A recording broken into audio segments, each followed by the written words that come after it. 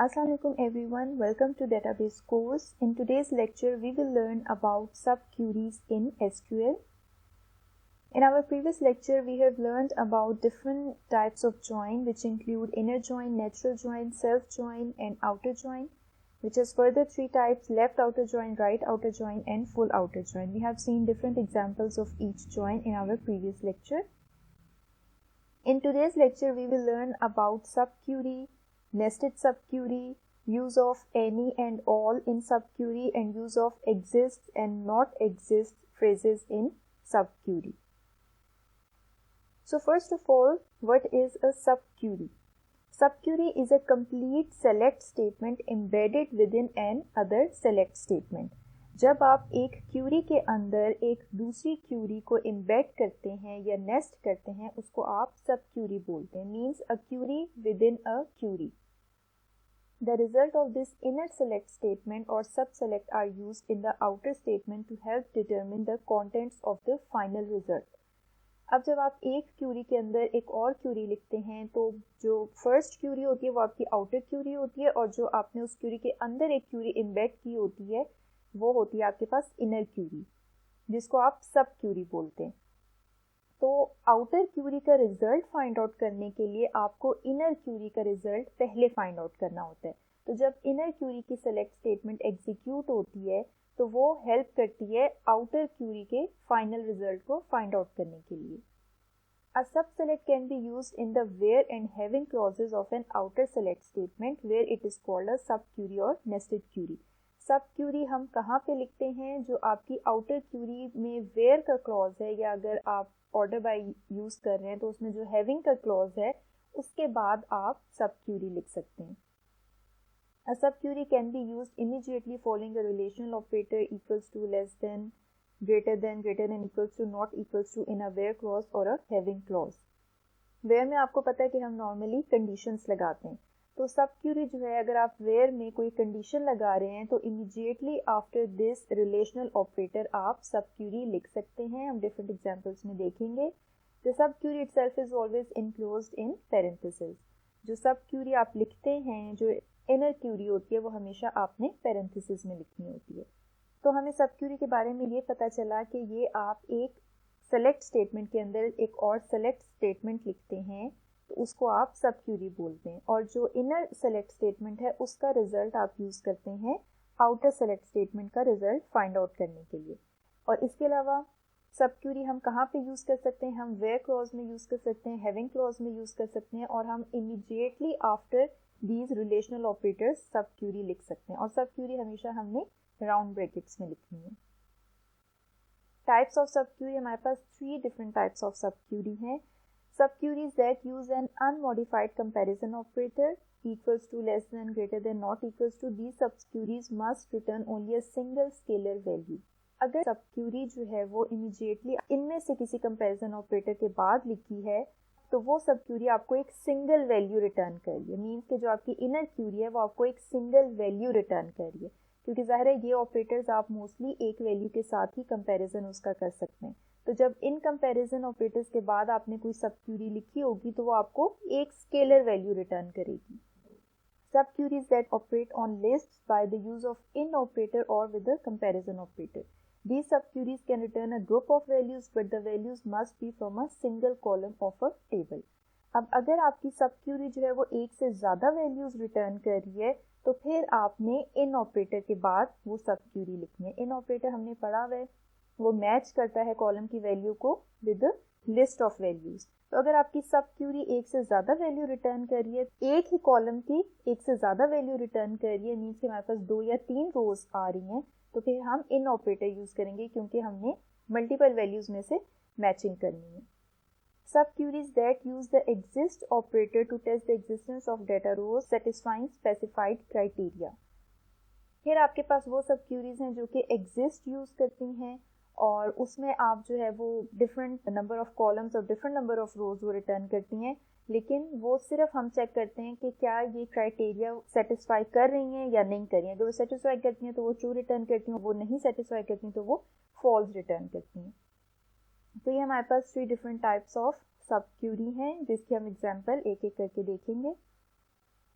अच्छा, अब आपको कैसे पता चलेगा कि आपने यहाँ पे सब क्यूरी यूज़ करनी है? ठीक है, अब हमारे पास एक स्टेटमेंट गिवन है, who has a salary greater than allies. ठीक है, कोई भी आपके पास जो है वो एक एम्प्लॉय का टेबल है, उसमें आपके पास डिफरेंट एम्प्लॉयज़ की इंफॉर्मेशन स्टोर है। अब आपने ये फाइंड आउट करना है कि किस किस एम्प्लॉय की सैलरी अली से ग्रेटर है। ठीक है, अली एक एम्प्लॉय है, उसकी एक सैलरी की अमाउंट है, उस सैलरी अमाउंट से किन एम्प्लॉयज़ की सैलरी ग्रेटर है। अब मेन क्यूरी आपकी क्या है, which employees have salaries greater than Ali's salary. लेकिन इस क्यूरी को एग्जीक्यूट करने के लिए, इसका फाइनल रिजल्ट फाइंड आउट करने के लिए आपको पहले क्या फाइंड आउट करना है, व्हाट इज अलीज सैलरी। ठीक है, तो ये आपकी एक सब क्यूरी बन गई, ये आपकी मेन स्टेटमेंट है, और इसके अंदर से आपके पास एक और सब क्यूरी निकल रही है कि पहले हमें अली की सैलरी पता चले तो तब हम बता सकते हैं कि बाकी एम्प्लॉयज की सैलरी उससे ग्रेटर है या लेस है। ठीक है, तो इस केस में आप सब क्यूरी यूज कर सकते हैं। जैसे हमने यहाँ पे स्टेटमेंट लिखी है, select last name from employees where salary greater than. अब ग्रेटर देन के बाद आपने राउंड ब्रैकेट्स में एक और क्यूरी लिखी है। ठीक है, ये एक बेसिक सा सिंटैक्स है सब क्यूरी यूज करने का। तो इसमें आप देख सकते हैं कि आपने एक कंपैरिजन ऑपरेटर है ग्रेटर, और उसके बाद आपने राउंड ब्रैकेट में एक कंप्लीट क्यूरी लिखी है। ठीक है, अब ये जब एग्जीक्यूशन होगी तो पहले आपकी सब क्यूरी एग्जीक्यूट होगी, और इसके रिजल्ट की बेस पे आपकी ये वाली क्यूरी एग्जीक्यूट होगी। तो सब क्यूरी में क्या लिखा हुआ है, select salary from employees where last name equals to Ali.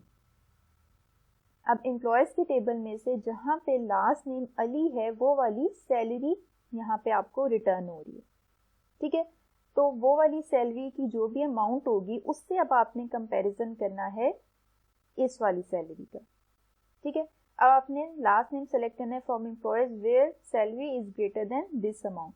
तो यहाँ पे आप देखें कि हमें फॉर एग्जांपल अगर अली की जो सैलरी है, इस क्यूरी को हम एग्जीक्यूट करते हैं तो हमें अली की सैलरी जो है वो कुछ ये अमाउंट मिल रही है। ठीक है, 17,000। तो अब इस क्यूरी के रिजल्ट में आपके पास क्या आ गया है, 17,000। अब आपने सैलरी का कंपैरिजन करना है 17,000 से, तो जिस जिस एम्प्लॉय की सैलरी ग्रेटर देन 17,000 होगी आपको उनके लास्ट नेम जो है वो आउटपुट पे शो हो जाएंगे। तो इस क्यूरी को रिजल्ट फाइंड आउट करने के लिए, उन एम्प्लॉयज को फाइंड आउट करने के लिए जिनकी salary greater than this amount है, हमें पहले इस क्यूरी का रिजल्ट चाहिए कि अली की सैलरी कितनी है। एक और एग्जांपल है हमारे पास, list the staff who work in the branch at street 163 main ST. हमने उन स्टाफ मेंबर्स की इंफॉर्मेशन देनी है जो कि किस ब्रांच में काम करते हैं, जो कि स्ट्रीट 163 मेन एसटी में लोकेट कर रहे हैं। ठीक है, तो अब इसमें भी आप देखें कि हमारे पास मेन क्यूरी तो ये है कि हमने उन स्टाफ मेंबर्स को फाइंड आउट करना है, लेकिन सब क्यूरी क्या बनती है कि पहले हमें वो ब्रांचेस फाइंड आउट करनी है जो इस स्ट्रीट में प्रेजेंट है। ठीक है, तो अब आपने क्यूरी लिखी, select staff name, F name, L name, position from staff. ये वाली इंफॉर्मेशन आप सारी स्टाफ के टेबल से ले रहे हैं। Where branch number equals to. अब ब्रांच नंबर हमें वो कहाँ से मिलेगी जो कि स्ट्रीट में प्रेजेंट है, उसके लिए हमने एक सब क्यूरी लिखी है। ठीक है, इक्वल्स के बाद हमने राउंड ब्रैकेट्स में सब क्यूरी लिखी है, select branch number from branch where street equals to 163 main ST. अब आप देखें कि इस सब क्यूरी में हम क्या फाइंड आउट कर रहे हैं, हम वो ब्रांच नंबर फाइंड आउट कर रहे हैं जो कि इस स्ट्रीट में प्रेजेंट है। जब वो ब्रांच नंबर हमें मिल जाएगा तो यहाँ पे उस ब्रांच नंबर की वैल्यू आ जाएगी, और फिर आपने उन सारे स्टाफ की इंफॉर्मेशन देनी है जो कि उस ब्रांच में प्रेजेंट है। और वो ब्रांच कहाँ पे, वो ब्रांच आपकी 163 मेन स्ट्रीट में प्रेजेंट है। अब ये देखें, अब जब ये इनर क्यूरी एग्जीक्यूट हो जाएगी तो आपकी स्टेटमेंट कुछ इस तरह से बन जाएगी, select staff number, F name, L name, position from staff where branch number equals to P003। ठीक है, क्योंकि ये ब्रांच नंबर आपकी इस स्ट्रीट में प्रेजेंट है, लोकेट करिए, तो ये रिजल्ट आपको मिला सब क्यूरी का। तो जहाँ पे ब्रांच नंबर स्टाफ मेंबर्स की इस ब्रांच नंबर की इक्वल है, उन वाले स्टाफ मेंबर्स की आपको इंफॉर्मेशन मिल गई है। ठीक है, तो ये वाले आपके स्टाफ मेंबर्स हैं, एंड डेविड सूजन, जो कि उस ब्रांच में काम कर रहे हैं जो कि इस स्ट्रीट में प्रेजेंट है। अब ये आपके पास एग्जांपल है स्केलर सब क्यूरी की, क्योंकि आपकी जो सब क्यूरी है वो आपको सिर्फ एक सिंगल वैल्यू रिटर्न करी, वो है B003। ठीक है, तो जब आपकी सब क्यूरी आपको सिर्फ एक वैल्यू रिटर्न करी हो तो आपको पता है कि आप वो किसी भी कंपैरिजन ऑपरेटर के बाद लिख सकते हैं, क्योंकि ज़ाहिर है इक्वल आप किसी एक वैल्यू के साथ ही चेक कर सकते हैं, एक से ज़्यादा वैल्यूज के साथ इक्वालिटी का ऑपरेटर चेक नहीं कर सकते। तो सब क्यूरी में हमें सिर्फ एक वैल्यू रिटर्न हो रही है, एक स्केलर वैल्यू रिटर्न हो रही है, और उसकी बेस पे हमने आउटर क्यूरी का रिजल्ट फाइंड आउट किया। नेक्स्ट है using the subquery with an aggregate function. Aggregate functions हमने पहले डिटेल में पढ़े हैं। एग्जाम्पल है list all staff who salary is greater than the average salary and show by how much their salary is greater than the average. अब question हमें given है कि हमने उन स्टाफ मेंबर्स की इंफॉर्मेशन हमें चाहिए जिनकी सैलरी एवरेज सैलरी से ग्रेटर है। एवरेज सैलरी मीन्स के उन सब स्टाफ मेंबर्स की एवरेज सैलरी हम फाइंड आउट करेंगे, और उस एवरेज वैल्यू से जिनकी सैलरी ग्रेटर है हमें वो इन्फॉर्मेशन चाहिए, और हमने प्लस क्या शो करना है कि उनकी सैलरी एवरेज सैलरी से कितनी ग्रेटर बन रही है। ठीक है, तो क्यूरी हमने लिखी select staff number F name L name position salary minus select average salary from staff. ठीक है, एज सेल डिफरेंस, ये हमने एलियस डिफाइन किया है, from staff where salary greater than, अब ये आपने सब क्यूरी लिखी है select average salary from staff. अब सबसे पहले जब आपकी ये इनर क्यूरी एग्जीक्यूट होगी तो आपके जो स्टाफ के टेबल में से आपका जो सैलरी का कॉलम है उन सारी सैलरी की आप एवरेज वैल्यू फाइंड आउट करेंगे। ठीक है, तो ये इनर क्यूरी एग्जीक्यूट होकर आपको एक एवरेज वैल्यू, एक सिंगल स्केलर वैल्यू रिटर्न कर देगी। ठीक है, अब आपने देखना है कि उन स्टाफ मेंबर्स की आपने इंफॉर्मेशन डिस्प्ले करानी है जिनकी सैलरी उस एवरेज सैलरी की वैल्यू से ग्रेटर है।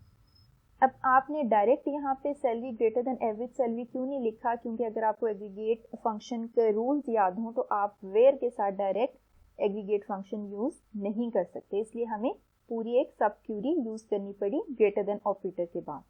यहाँ क्योंकि हमने डिफरेंस भी बताना था कि उनकी सैलरी जो है वो एवरेज सैलरी से कितनी ज़्यादा है, तो हमने उनकी सैलरी में से, स्टाफ मेंबर्स की सैलरी में से वो एवरेज वैल्यू माइनस कर दी है। ठीक है, तो ये हमने इसके अंदर एक और क्यूरी नेस्ट की हुई है, select average salary from staff. अब जो भी एवरेज सैलरी उन स्टाफ मेंबर्स की निकलेगी वो इन दोनों सब क्यूरीज को रिप्लेस कर देगी। जैसे ये वाली क्यूरी कैसे बन जाएगी, select staff number F name L name position salary minus 17,000, ये एवरेज सैलरी वैल्यू है, एज सेल डिफरेंस, ये आपने एलियस डिफाइन किया है, from staff where salary greater than, अब ये वाली वैल्यू आपको अगेन सब क्यूरी का रिजल्टिंग वैल्यू है। ठीक है, जो कि आई है हमारे पास 17,000 इस क्यूरी को एग्जीक्यूट करने के बाद। उसके बाद आपके पास ये रिजल्ट आ जाएगा, ये वो स्टाफ मेंबर्स हैं जिनकी सैलरी 17,000 से ग्रेटर है, जो कि आपकी एवरेज सैलरी वैल्यू है, और डिफरेंस कितना है, इतने ज़्यादा ग्रेटर है। ठीक है, जॉन की जो है वो 17,000 से 13,000 ज़्यादा सैलरी है, डेविड की 1000 ज़्यादा है, मीन्स कि इसकी जो है वो 18,000 सैलरी है, और इसकी 7,000 ज़्यादा है सूजन की। ठीक है, तो ये क्यूरी इस तरह से एग्जीक्यूट हो रही है। तो इस तरह से आप सब क्यूरी को विद एग्रीगेट फंक्शंस भी यूज़ कर सकते हैं। अब यहाँ पे आपने direct salary minus average salary क्यों नहीं लिखा, क्योंकि अगेन एग्रीगेट फंक्शंस में हमने एक रूल पढ़ा था कि जब आप एग्रीगेट फंक्शन यूज़ कर रहे होते हैं तो उसके साथ आप डिफरेंट कॉलम्स के नेम नहीं लिख सकते अनलेस के उनके साथ भी आप एग्रीगेट फंक्शन अप्लाई करें।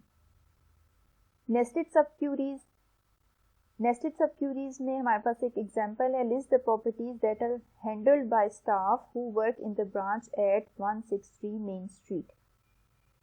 ओके, अब देखें, एक तो हमें स्ट्रीट की इंफॉर्मेशन है जो कि हमारे ब्रांच के टेबल में प्रेजेंट है, उसके बाद हमें स्टाफ की इंफॉर्मेशन चाहिए जो कि स्टाफ के टेबल में है। अब फिर हमने ये भी देखना है कि वो किन प्रॉपर्टीज को हैंडल करें, मीन्स इस क्यूरी से हमें ये बताना है कि 163 मेन स्ट्रीट में जो ब्रांच प्रेजेंट है उसमें जो स्टाफ काम कर रहे हैं वो स्टाफ मेंबर्स कौन सी प्रॉपर्टीज को हैंडल कर रहे हैं। ठीक है, तो अब क्यूरी में हमने लिखा select property number street city post code type rooms rent from property for rent. ठीक है, हमने प्रॉपर्टी को लिस्ट करना है, तो वो हमने ये वाले कॉलम्स जो है वो प्रॉपर्टी फॉर रेंट से सेलेक्ट कर लिए।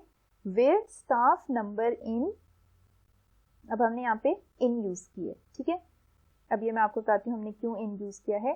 फिर हमने सब क्यूरी लगाई, select staff number from staff where branch number equals, अब अगेन हमने सब क्यूरी लगाई, select branch number from branch where street equals to 163 main street. अब अगर आप इस स्टेटमेंट से देखें तो सबसे पहले हमें वो ब्रांच नंबर फाइंड आउट करनी है जो कि इस मेन स्ट्रीट में प्रेजेंट है. एक ये हमारे पास सब क्यूरी बन गई. फिर हमने उन स्टाफ मेंबर्स को फाइंड आउट करना है जो कि उस ब्रांच में काम कर रहे हैं. ठीक है, इस क्यूरी का रिजल्ट जो भी हमें ब्रांच नंबर मिलेगा, फिर हमने चेक करना है कि वो स्टाफ मेंबर्स कौन से हैं जो इस ब्रांच में काम कर रहे हैं.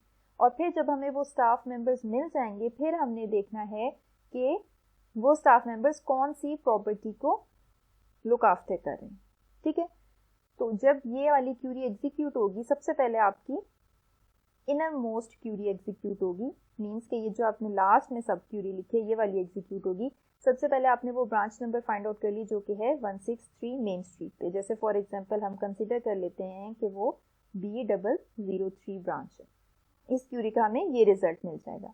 अब नेक्स्ट जो आपकी क्यूरी है, सब क्यूरी है, select staff number from staff where branch number equals to this value. अब आपने वो वाले स्टाफ नंबर्स फाइंड आउट करने हैं जो इस ब्रांच में काम कर रहे हैं. ठीक है, अब यहाँ पे एक से ज़्यादा स्टाफ नंबर्स जो हैं वो स्टाफ मेंबर्स इस ब्रांच में काम कर सकते हैं. तो यहाँ पे हो सकता है कि हमें मल्टीपल स्टाफ नंबर्स मिले, मल्टीपल रिकॉर्ड्स मिले, मल्टीपल वैल्यूज़ मिले. इसलिए हमने यहाँ पे इन यूज़ किया. क्योंकि यहाँ पे अगर फॉर एग्जांपल हमें स्टाफ नंबर 2 भी इसी ब्रांच में काम कर रहे हैं और 3 भी इसी ब्रांच में काम कर रहे हैं, तो ये अब आपके पास लिस्ट ऑफ वैल्यूज़ बन गई हैं इस क्यूरी के रिजल्ट से. ठीक है, तो ये वाला जो रिजल्ट है 2 और 3, इसके साथ हमने इन ऑपरेटर यूज़ किया है. और अब हम ये वाली इंफॉर्मेशन प्रॉपर्टी की फाइंड आउट कर रहे हैं where staff number in this. ठीक है, या तो स्टाफ नंबर जहाँ पे 2 है या तो स्टाफ नंबर जहाँ पे 3 है, हमें वो वाली सारी प्रॉपर्टी की इंफॉर्मेशन दे दें. क्योंकि प्रॉपर्टी फॉर रेंट में हमारे पास स्टाफ नंबर का भी कॉलम मौजूद है. दोनों टेबल्स के दरमियान रिलेशन है बेस्ड ऑन स्टाफ नंबर. ठीक है, तो अब यहाँ पे क्योंकि 2 भी स्टाफ नंबर आया, 3 भी स्टाफ नंबर आया, तो हमने इन ऑपरेटर यूज़ किया है स्टाफ नंबर इन 2, 3. तो वो इनमें से 2 के लिए भी हमें रिजल्ट देगा और 3 के लिए भी रिजल्ट देगा, क्योंकि वो दोनों स्टाफ मेंबर्स जो हैं वो इस ब्रांच से बिलोंग कर रहे हैं और उनके अगेंस्ट वो कौन सी प्रॉपर्टी पे काम कर रहे हैं हमें वो इन्फॉर्मेशन मिल जाएगी. तो बेसिकली नेस्टेड सब क्यूरीज किस तरह से काम करती हैं, आपको इस इनर मोस्ट क्यूरी का रिजल्ट आप यहाँ पे इससे जो आउटर क्यूरी होगी उसके लिए यूज़ करेंगे, फिर इस सब क्यूरी का रिजल्ट आप आउटर मोस्ट क्यूरी के लिए यूज़ करेंगे. तो इस तरह से आप जितनी मर्जी क्यूरीज को नेस्टेड कर सकते हैं, डिपेंड ऑन द क्यूरी. तो ये आपके पास रिजल्ट आया है. ठीक है, अब इस रिजल्ट से हमें क्या पता चल रहा है, हमें उस प्रॉपर्टी की इंफॉर्मेशन मिल रही है जो कि उन स्टाफ मेंबर्स लुक आफ्टर कर रहे हैं या उन पे काम कर रहे हैं जो कि किस ब्रांच में प्रेजेंट हैं, उस ब्रांच में जो कि 163 मेन स्ट्रीट पे प्रेजेंट है. अब यहाँ पे आप देखें इस क्यूरी के रिजल्ट में आपको एक सिंगल स्केलर वैल्यू मिली है, लेकिन इस क्यूरी के रिजल्ट में आपको मल्टीपल वैल्यूज मिली है. मिली एक ही कॉलम की हैं, स्टाफ नंबर की हैं, लेकिन एक से ज़्यादा स्टाफ नंबर्स मिल सकते हैं क्योंकि वो एक ब्रांच में एक से ज़्यादा स्टाफ मेंबर्स काम कर सकते हैं. इन हम तब यूज़ करते हैं जब हमें सब क्यूरी मल्टीपल वैल्यूज रिटर्न कर रही है. नेक्स्ट है use of any, some and all. ये भी हम सब क्यूरी के साथ यूज़ करते हैं. वर्ड्स क्यों यूज़ करते हैं? The words any and all may be used with subqueries that produce a single column of numbers. Any और ऑल हम तब यूज़ कर सकते हैं जब हमें एक कॉलम की मल्टीपल वैल्यूज सब क्यूरी से रिटर्न हो रही हूँ. If the subquery is preceded by the keyword all, the condition will only be true if it is satisfied by all values produced by the subquery. अगर तो आपकी सबक्यूरी से पहले all लिखा हुआ है, all के बाद आपने सबक्यूरी लिखी हुई है, तो वो ट्रू कब होगी? जब आपकी सबक्यूरी की सारी वैल्यूज के लिए वो कंडीशन ट्रू हो. ठीक है, if the subquery is preceded by the keyword any, the condition will be true if it is satisfied by any one or more values produced by the subquery. अगर आपने Curie सब Curie से पहले any का keyword लिखा हुआ है तो फिर आपकी एक या एक से ज़्यादा वैल्यूज़ भी ट्रू हो जाएं तो भी वो कंडीशन आपकी ट्रू कंसिडर होगी. If the subquery is empty the all condition returns true, the any condition returns fall. अगर आपकी सब क्यूरी जो है वो कुछ भी रिटर्न नहीं कर रही तब आप ऑल कंडीशन के लिए ट्रू कंसिडर करेंगे, एनी के लिए फॉल्स कंसिडर करेंगे. अभी हमारे पास एग्जाम्पल्स हैं. Find all staff whose salary is larger than the salary of at least one member of staff at branch B003. अब इस क्यूरी में आपने क्या फाइंड आउट करना है, आपने उन स्टाफ मेंबर्स को फाइंड आउट करना है जिनकी सैलरी B003 ब्रांच में काम करने वाले स्टाफ के किसी एक मेंबर की सैलरी से भी ज़्यादा है। ठीक है, अब B003 में फॉर एग्जांपल 2 स्टाफ मेंबर्स काम कर रहे हैं, एक की सैलरी जो है वो 20K है, एक की 30K है। अब आपने उन सारे स्टाफ मेंबर्स को फाइंड आउट करना है जो और किसी भी ब्रांच में काम कर रहे हैं, लेकिन उनकी सैलरी किसी इनमें से एक से भी ज़्यादा हो, मीन्स के 20,000 से भी ज़्यादा हो, किसी एक एम्प्लॉय से भी ज़्यादा हो, तो वो आपको रिजल्ट चाहिए। ठीक है, तो क्यूरी हमने लिखी select staff number, F name, L name, position, salary from staff. ये वाली इंफॉर्मेशन स्टाफ के टेबल से चाहिए, वेयर जहाँ पे उनकी सैलरी ग्रेटर देन सम। अब ये जो आप एनी अभी हमने ऊपर पीछे पढ़ा है कि वो कोई एक या एक से ज़्यादा वैल्यूज भी ट्रू हो तो वो ट्रू कंसिडर होता है, उसकी जगह आप सम भी यूज़ कर सकते हैं। यहाँ पे आप जो है वो एनी भी यूज़ कर सकते हैं। अब उसके बाद आपने सब क्यूरी लिखी select salary from staff where branch number equals to B003। पहले आपने फाइंड आउट कर लिया, सैलरी फाइंड आउट कर ली उन स्टाफ मेंबर्स की जो कि ब्रांच नंबर B003 में काम कर रहे हैं। ठीक है, अब वो आपको सैलरी की, अगर 2 स्टाफ मेंबर्स काम कर रहे हैं तो 2 सैलरी की वैल्यूज मिलेंगी, 3 काम कर रहे हैं इस ब्रांच में तो आपको 3 रिकॉर्ड्स मिलेंगे।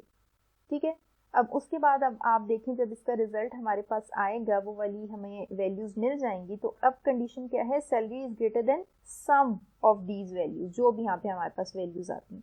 सम मीन्स के इनमें से किसी एक वैल्यू से भी अगर वो ग्रेटर हो जाती हैं, उन स्टाफ मेंबर्स की हमें सारी इंफॉर्मेशन मिल जाएगी। ठीक है, जैसे for example, just for example मैं यहाँ पे लिख रही हूँ, ये है 9K। ठीक है, फिर आपको 10K एक सैलरी है और एक आपके पास जो है वो 12K है। तो अब आपको वो स्टाफ मेंबर जिनकी सैलरी इनमें से किसी से भी ज़्यादा होगी उसकी इंफॉर्मेशन आपको आउटपुट पे शो हो जाएगी, क्योंकि क्यूरी में हमें यही पूछा हुआ है एटलीस्ट 1 मेंबर। तो एटलीस्ट 1 मेंबर इनमें से कोई एक भी मेंबर से किसी स्टाफ मेंबर की सैलरी ग्रेटर हो जाती है तो वो हमें रिजल्ट में शो हो जाएगा। तो ये आपके सम का यूज़ है। हमें सारी वैल्यू से ग्रेटर नहीं चाहिए, लेकिन हमें किसी एक वैल्यू से भी ग्रेटर चाहिए, वो स्टाफ मेंबर हमने अपनी आउटपुट पे इंक्लूड कर लिया। तो ये आपके पास वो स्टाफ मेंबर्स हैं जिनकी सैलरी B003 ब्रांच में काम करने वाले किसी एक स्टाफ मेंबर से ज़्यादा है। Next, use of all. अब ऑल कहाँ पे यूज़ हो सकता है, find all staff whose salary is greater than the salary of every member of staff at branch B003। अब ये एग्जाम्पल भी पीछे वाले से रिलेट कर रही है, उसमें हमें वो स्टाफ मेंबर्स की इंफॉर्मेशन चाहिए थी जिनकी सैलरी B003 ब्रांच में काम करने वाले स्टाफ से किसी एक से भी ज़्यादा हो। अब हमें उस स्टाफ की इंफॉर्मेशन चाहिए जिसकी सैलरी B003 ब्रांच में काम करने वाले सारे स्टाफ की सैलरी से ज़्यादा है। तो हमने क्यूरी लगाई select staff number, F name, L name, position, salary from staff where salary greater than all. हमने यहाँ पे ऑल का कीवर्ड यूज़ किया, select salary from staff where branch number equals to B003। अब इसकी एग्जीक्यूशन कैसे हो रही है, अब क्योंकि हमें क्वेश्चन में गिवन है ना कि हमने वो सैलरी फाइंड आउट करनी है जो कि लार्जर है every member of staff eight B003। तो हमें ये जो फाइनल आउटपुट है ये कैसे मिलेगी, जब हमें every member of staff working at B003 की सैलरी पता चलेगी। जब ये हमें सैलरी पता चलेगी तभी हम बता सकते हैं कि किसकी ज़्यादा है। सब क्यूरी में हमें क्या करना है, सब क्यूरी में हमें B003 ब्रांच में काम करने वाले स्टाफ मेंबर्स की सैलरी फाइंड आउट करनी है। तो ये देखिए सब क्यूरी में आपने B003 ब्रांच में काम करने वाले स्टाफ मेंबर्स की सैलरी फाइंड आउट कर ली। अब वो जितनी भी सैलरीज आपके पास आई, अगर 2 काम करें 3 काम करें, उनके आपके पास यहाँ पे सैलरीज आ गई। ठीक है, अब आपने आउटर क्यूरी लगाई, आपने ये स्टाफ की इंफॉर्मेशन चाहिए फ्रॉम स्टाफ टेबल वेयर जहाँ पे उनकी सैलरी ग्रेटर है ऑल। ऑल मीन्स यहाँ पे जो आपके पास 3-4 वैल्यूज आई हैं उन सब से ग्रेटर है। ठीक है, तो वो वाले स्टाफ मेंबर में आपके पास सिर्फ एक जॉन वाइट है जिसकी सैलरी B003 में काम करने वाले सारे एम्प्लॉयज़ की सैलरी से ज़्यादा है। ऑल मीन्स के इन सब की वैल्यू से ग्रेटर होना ज़रूरी है। नेक्स्ट हमारे पास exist and non exist. Exist and non exist are design for use only with subqueries. ठीक है, ये जो हम क्लॉजेज या कीवर्ड्स यूज करते हैं हम सिर्फ सब क्यूरीज के लिए यूज करते हैं। फायदा क्या है, they produce a simple true और फॉल्स रिजल्ट। एग्जिस्ट के कीवर्ड के बाद जो आप सब क्यूरी लिखते हैं वो आपको कोई वैल्यूज रिटर्न नहीं करती है, वो सिंपल आपको ट्रू और फॉल्स रिटर्न करती है। Exist is true if and only if there exist at least one row in the result table return by the subquery. Exist जो है वो ट्रू रिटर्न करता है अगर एटलीस्ट वन रो भी हमें सब क्यूरी से रिजल्ट में मिल रही है, ठीक है। अगर सब क्यूरी जो है वो एग्जीक्यूट होने के बाद हमें एक रो भी रिटर्न कर रही है तो वो ट्रू रिटर्न करते हैं।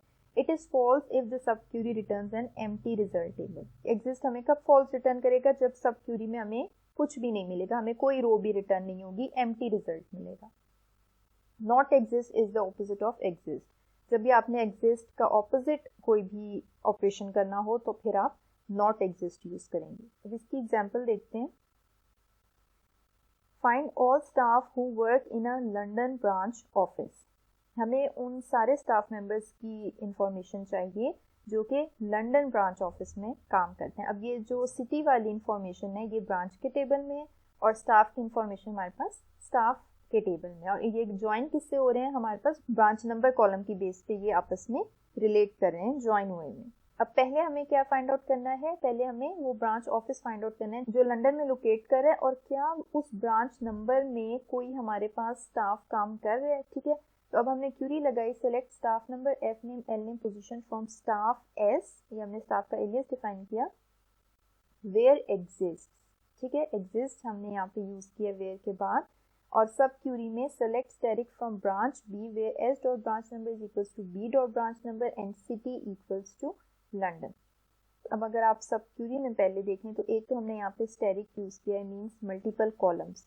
नॉर्मली अभी आपने पिछली जितनी भी एग्जांपल्स देखी हमने सब क्यूरी में सिर्फ एक कॉलम यूज किए, यहाँ पे मल्टीपल कॉलम्स हम यूज करें क्योंकि एग्जिस्ट हमें कोई रोज या वैल्यूज रिटर्न नहीं कर रहा, ट्रू या फिर फॉल्स रिटर्न कर रहे हैं, ठीक है। तो यहाँ पे आप जितनी मर्जी कॉलम्स लिख लें, इससे कोई फर्क नहीं पड़ता। From branch B where S dot branch number is equals to B dot branch number, ये जैसे हम ज्वाइन में कॉमन कॉलम की मैचिंग वैल्यूज पे कंडीशन लगाते थे, हमने वही कंडीशन यहाँ पे लगाई है कि जहाँ पे ये एस जो स्टाफ टेबल का ब्रांच नंबर है और ब्रांच टेबल का ब्रांच नंबर है वो इक्वल है, और सिटी जहाँ पे लंदन है, सिटी वाली इंफॉर्मेशन हमारे पास ब्रांच टेबल में, वहां से हमने फाइंड आउट किया कि सिटी लंदन हो और बीच में एंड है, ये वाली कंडीशन भी ट्रू हो और ये वाली कंडीशन भी ट्रू हो कि जहाँ पे जो सिटी लंदन है उसका जो ब्रांच नंबर है वो हमारे पास एस डॉट ब्रांच नंबर में भी प्रेजेंट हो, मीन स्टाफ के टेबल में भी वो ब्रांच नंबर की वैल्यू मैच करे, फिर हमें पता चलेगा कि वो स्टाफ मेंबर्स जो हैं वो लंदन वाली ब्रांच में काम कर रहे हैं, ठीक है। तो अब अगर आपको कोई ऐसी रो मिल जाती है जो इन दोनों कंडीशंस को सेटिस्फाई करिए, जहाँ पे सिटी हमारे पास ब्रांच टेबल में लंदन है और ब्रांच टेबल का ब्रांच नंबर स्टाफ के ब्रांच नंबर से मैच कर जाता है, तो अगर तो वो रो हमें कोई एक रो भी रिटर्न हो जाती है तो हमें ट्रू रिटर्न हो जाएगा, और उसके अगेंस्ट हमने ये वाली इंफॉर्मेशन स्टाफ मेंबर की डिस्प्ले करा देनी है। और अगर फॉर एग्जांपल हमारे पास ब्रांच का सिटी लंदन हमें मिल जाता है, ठीक है, लेकिन यहाँ पे ब्रांच नंबर नहीं मिलता जो कि स्टाफ के ब्रांच नंबर से मैच करे, तो आपको पता है कि ये क्या रिटर्न करेगा, फॉल्स रिटर्न करेगा, ठीक है। इट मीन्स कि ऐसी कोई रो एग्जिस्ट नहीं करे। तो एग्जिस्ट बेसिकली आपको सिर्फ ट्रू और फॉल्स रिटर्न करता है। अगर तो सब क्यूरी आपको कोई रो रिटर्न करेगी तो वो ट्रू रिटर्न करेगा, अगर वो आपको कुछ भी रिटर्न नहीं कर रही है तो वो फिर आपको फॉल्स रिटर्न करेगा। अब यहाँ पे आप सिंपल ज्वाइन भी यूज कर सकते हैं, ठीक है। सब क्यूरीज में हम मोस्टली जो है वो टू टेबल्स में से डाटा रिट्रीव कर रहे होते हैं, and same goes for join, join में भी आप टू टेबल्स में से डाटा रिट्रीव कर रहे होते हैं। तो मोस्ट ऑफ द टाइम्स हमारे पास चॉइस होती है कि हम ज्वाइन यूज करना चाहें या फिर हम सब क्यूरी यूज करना चाहें, ये यूजर की मर्जी पे डिपेंड करता है कि वो कौन सी जो है वो अप्रोच यूज करना चाह रहे हैं। तो ये सेम वाली क्यूरी ये आप इवेलुएट कर सकते हैं यूजिंग ज्वाइन एज वेल, ठीक है। इसमें आपने क्या करना है, आपने स्टाफ और ब्रांच टेबल के दरमियान इनर ज्वाइन लेना है और ऑन के साथ आपने कंडीशन बता देनी है, branch number of staff is equals to branch number of branch, और फिर आपने एंड के साथ कंडीशन दे देनी है city equals to London.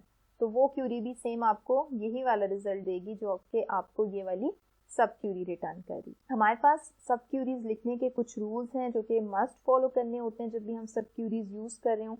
A subquery must be enclosed in parenthesis, ठीक है। ये हमने अपनी पिछली सारी एग्जांपल्स में देखा है कि सब क्यूरीज को हमने पैरेंथेसिस में लिखा है। The order by clause may not be used in a subquery. अच्छा, सब क्यूरी के जो अपने रिजल्ट्स होते हैं उनको हम मैनिपुलेट नहीं कर सकते, क्योंकि हम वो रिजल्ट्स यूज कर रहे होते हैं आउटर क्यूरी का रिजल्ट फाइंड आउट करने के लिए, ठीक है। तो इसलिए हम ऑर्डर बाय जो है वो सब क्यूरी में नहीं लिखते, हमें उन रोज को ऑर्डर बाय करने की, सॉर्ट करने की जरूरत नहीं है।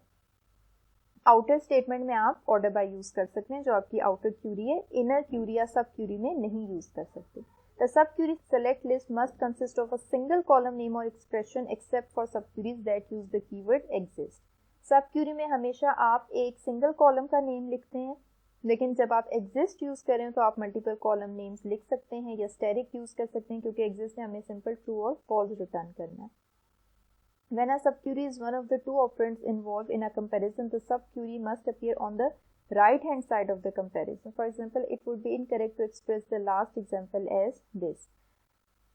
अब अगर आपके पास जो है वो कंपैरिजन ऑपरेटर यूज हो रहा है, सब क्यूरी हमेशा जो है वो कंपैरिजन के राइट हैंड साइड पे अपीयर होगी, ठीक है। अब जैसे यहाँ पे इन्होंने एक एग्जांपल भी दी हुई है। अब यहाँ पे वेयर के बाद पहले सब क्यूरी लिखती है और उसके बाद कंपैरिजन ऑपरेटर के साथ हमने बताया कि सैलरी ग्रेटर होनी चाहिए ये वाली एवरेज सैलरी, तो ये आपका नोटेशन जो है या सिंटैक्स रॉन्ग है।